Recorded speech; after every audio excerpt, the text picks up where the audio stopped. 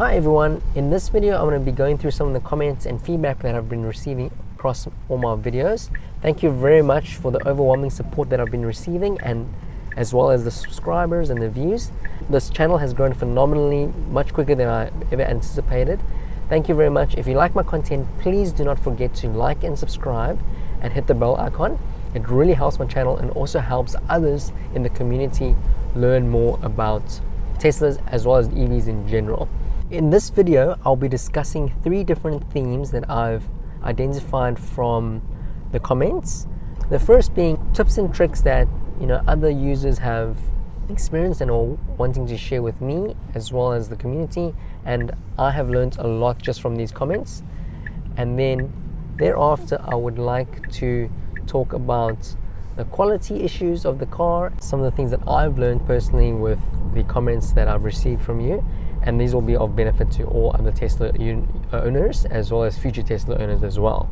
If you press the wiper button on the steering wheel and want to change the speed without touching the screen, you can also use the left scroll wheel to adjust it. Okay, yes, thank you. So when I was making the previous video, I was complaining that a lot of the controls, the fine adjustments that need to be made have to be made via the screen. The example I gave was actually a very poor example, because if you press the wiper button, you can actually adjust the speed by moving your screw wheel like this, as you can see over here. I hope you can see. It's a button and a 2-way button on left and right, so it's actually a 3-way button as well as a scroll wheel. So that's pretty useful. You can also program the left scroll wheel to a few different functions. I've programmed it to defrost, so if I hold it down it becomes a defrost, but you can go into the menu and change it as well. So if I want to make it save the dash cam footage or change the brightness of the screen, you can set that as the left scroll wheel shortcut button, which is pretty useful. There's a new button on the steering wheel that I hadn't actually used before, is the camera button, because I used to still press over here to open the camera, but you can immediately access the surround cameras by pressing the button on the steering wheel. And this is very useful, specifically when I'm going through really tight spots and gaps here in Portugal. I have the complete opposite experience in my Highland after just 2 weeks.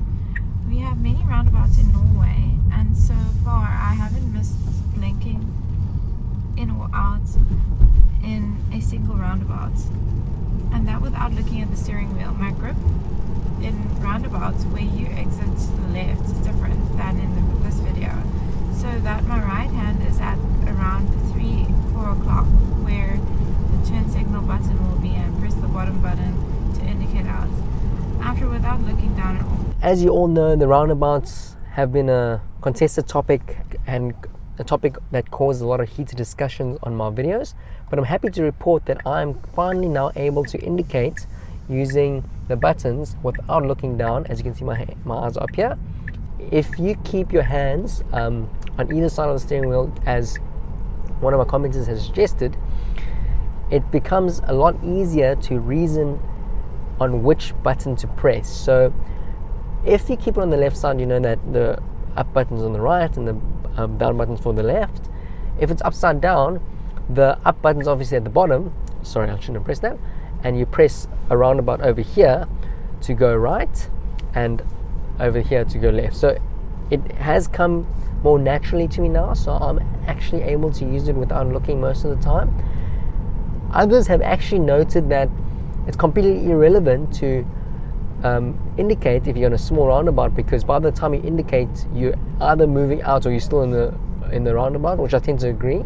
Even though you have to, I think the commenter is correct in saying that it doesn't matter that much. A lot of people have been commenting because they have a lot of opinions about this, but practically speaking, that's what my experience has been, and it has gotten a lot easier to navigate with these buttons. A tip in Lisbon: just ask for an MLA badge and pay €12 annual to park your Tesla. Continue the good videos. So that's a great tip, because we'll be using that when we go to Lisbon soon. Great, thank you so much for the feedback. I didn't know about this when I was in Lisbon parking on the side of the road, street parking. I was paying at the parking meters. I kind of know there's certain incentives for EVs all around the world, especially in big cities, but this is especially difficult to understand if you are not a native of the place that you are at, especially when your language is not the same as the place that you're visiting. So having these comments are really helpful to me as well as the community, so please keep them coming.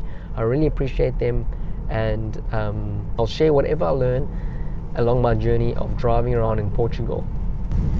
Another good useful tip from another commenter said, for parallel parking, I created a new user for which I lower the passenger side mirror to see the rear wheel in the side mirror. This prevents me from scraping the edge of my rear passenger wheel against the side, kind of like how you did. Thank you so much for the suggestion. One of the gripes that I've experienced in the Tesla is that I'm unable to adjust the mirrors when the car is in reverse. Someone has mentioned that they're able to go into the menu and adjust the mirrors, but I haven't had that experience. So that is a really great tip. You can have multiple driver profiles on your car. So this comment is suggesting that you create another profile with the mirrors slightly lower, so when you go into reverse, it has better visibility of where your wheels are relative to the curbs. If you guys would like to see a tutorial on how to create a separate user in the Tesla, please let me know in the comments below and I'll make a video for you guys.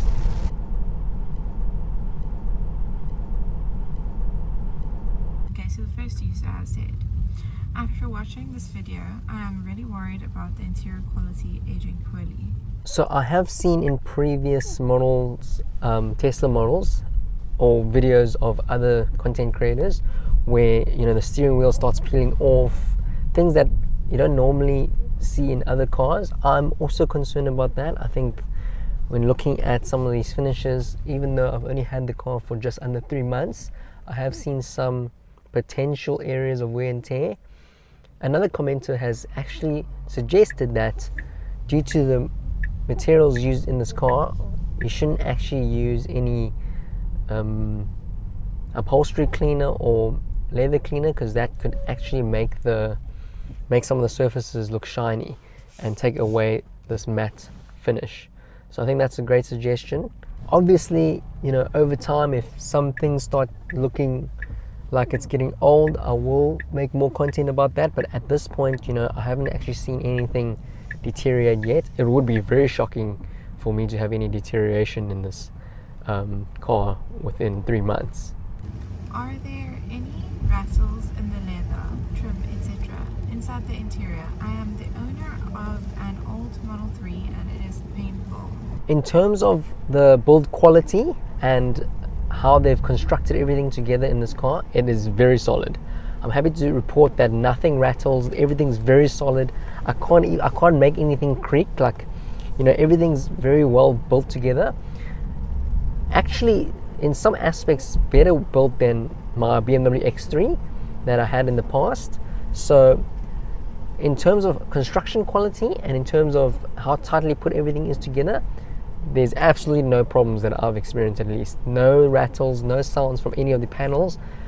I'm not sure whether the commenter experienced rattles over time or whether that manifested quite quickly, because obviously that might manifest slowly over time, and if it does, I would be talking to the service center as well as making a video about it. And then another user made a really good point and said, I like this review, but one thing to point out is that he keeps saying how he believes some things are not premium. You also have to remember that this is their base model and their cheapest car, and it's fully electric. Meanwhile, BMW is petrol fueled and does not care about the prices, while Tesla is trying to make EV cars as affordable as possible. Yes, thank you for the comments. I think, in my video, I was comparing my experience with this car with my previous experiences. Personally, I've only owned BMWs long term, so it will be natural for me to make those comparisons. As I've also said, I'm very happy with the quality, and I do think that they've done a pretty good job, given they're using cheaper materials or omitting some things that are present in other cars. For example, latches on the glove compartment, latches on the storage bins. I think they've done a phenomenal job. Like, it feels much more premium than it is. However, you're correct in saying that, you know, the BMWs are actually in a different segment. They also do make electric vehicles. If I had to compare the Model 3, I would have to probably compare it with the i4 from BMW. I think the i4 will be slightly better quality interior and it feels a lot more plush, but again, it is much more expensive. You are correct from that regard. In terms of value for money, I think the Model 3 is a phenomenal car. You know, you get really good range, pretty good quality, premium quality, I wouldn't say luxury quality, at a very affordable price. There's just one more comment. Another user said, panel gap is much better.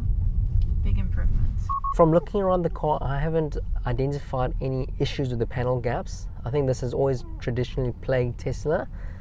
Another user commented that, you know, given the delivery experience of Tesla compared to, you know, traditional car brand that uses car dealerships, panel gaps can be introduced when the car is being transported, because, you know, there might be shakes on the trucks or on the ship, and that could move some panels out of alignment. At a dealership, you know, final checks would be done by the staff at the dealership to make sure that everything's perfect and pristine, and any adjustments that need to be made will be made before presenting the car to the customer.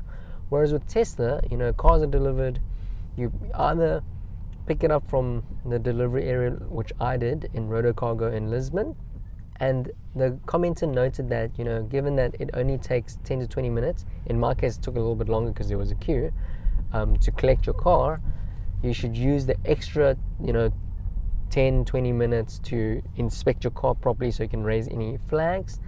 Unfortunately, I do not think that that's a great experience. You know, I think maybe it differs for different people. When I buy a car, I don't want the same. Even when I buy an iPhone, I feel like I get a better experience, customer service experience than the Tesla, because sure, you know, Tesla's trying to change the model, make it more, you know, you can order online and go get your car instead of having this dealership relationship. But I actually quite liked having a dealership, you know, sitting down with the dealer, talking about the different options, looking at the cars with the dealer on the screen. So I think, you know, it comes down to preference, but given that you're spending so much money, I think having someone else check everything for you and it being pristine when you take delivery, in my opinion, is non-negotiable. Because when I got my car, there was, not that this is important, but there wasn't even a ribbon on my car to, you know, congratulate me or anything. It literally felt like I placed an order for something online and it was this, in my case, wasn't delivered, but it was collected. So it's like I ordered something from Amazon and then I went to the collection site to pick up my product. That was it. You know, it was very strange in my opinion. Yeah, it kind of felt like we're collecting from like a warehouse. Yeah, so I think, you know, for previous Tesla owners, and I think the commenter that made the suggestion of using the extra time to inspect your car, that's probably someone that had already bought a Tesla. But I personally don't think that's a great experience.